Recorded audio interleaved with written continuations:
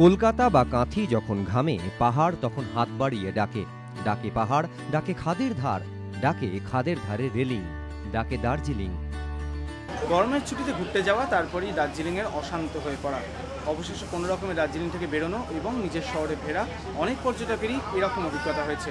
কলকাতার তাপমাত্রা থেকে দার্জিলিংয়ের তাপমাত্রা চূড়ান্ত বেশি, উত্তেজনা এতটাই বেশি যে আমাদের মানে কিছুটা যাওয়ার পর আমাদের চলে আসতে হয়।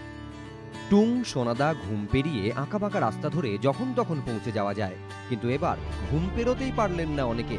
পাহাড়ে অশান্তির মেঘ, পর্যটকদের মনে আতঙ্কের। বেড়াতে গিয়ে যে আনন্দ, সেই আনন্দ আমাদের একটুও হয়নি।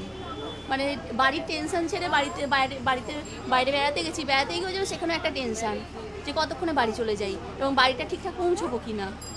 এরপরে দার্জিলিংয়ে যেতে হলেও তো ভাববেন নিশ্চয়ই। অবশ্যই অবশ্যই ভাববো। এমনি মিডিয়াতে দেখে যেগুলো বুঝলাম যে মানে খুব বাজে অবস্থা। আমরা যে ওখান থেকে ফিরতে পেরেছি এত বাচ্চা কাচ্চা নিয়ে, এটাই সবচেয়ে বড় কথা। কাঞ্চনজঙ্ঘা দেখা যাচ্ছে, টয় ট্রেন চড়া হয়নি। গোর্খা জনমুক্তি মোর্চা ফের বন্ধের রাজনীতি আঁকড়ে ধরেছে, যার জেরে চরম নাকাল হতে হচ্ছে পাহাড় ঘুরতে যাওয়া সাধারণ মানুষকে। গাড়ির ড্রাইভারগুলোকে দেখছি তারা লুট করছে, মানে আমরা বুঝতে পারছি লুট করছে। মানে আমি বলছি ফেরার জন্য যেখানে 2000 টাকা 3000 টাকা একটা গাড়ি যদি কেউ বুক করে, সেখানে 13,000 টাকা 15,000 টাকা নিচ্ছে। পাহাড় থেকে আসা যাত্রীদের জন্য এদিনও শিয়ালদা স্টেশনের বাইরে ছিল সরকারি বাস।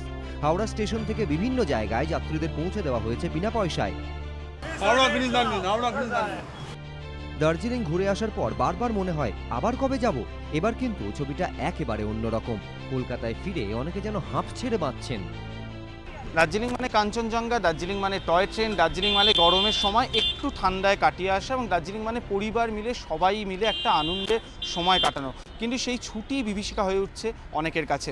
দার্জিলিং থেকে ফিরেতেই অনেকেই বলতে হচ্ছে এবার ছুটি পেলে আর যেখানেই যাই দার্জিলিং আইন নয়।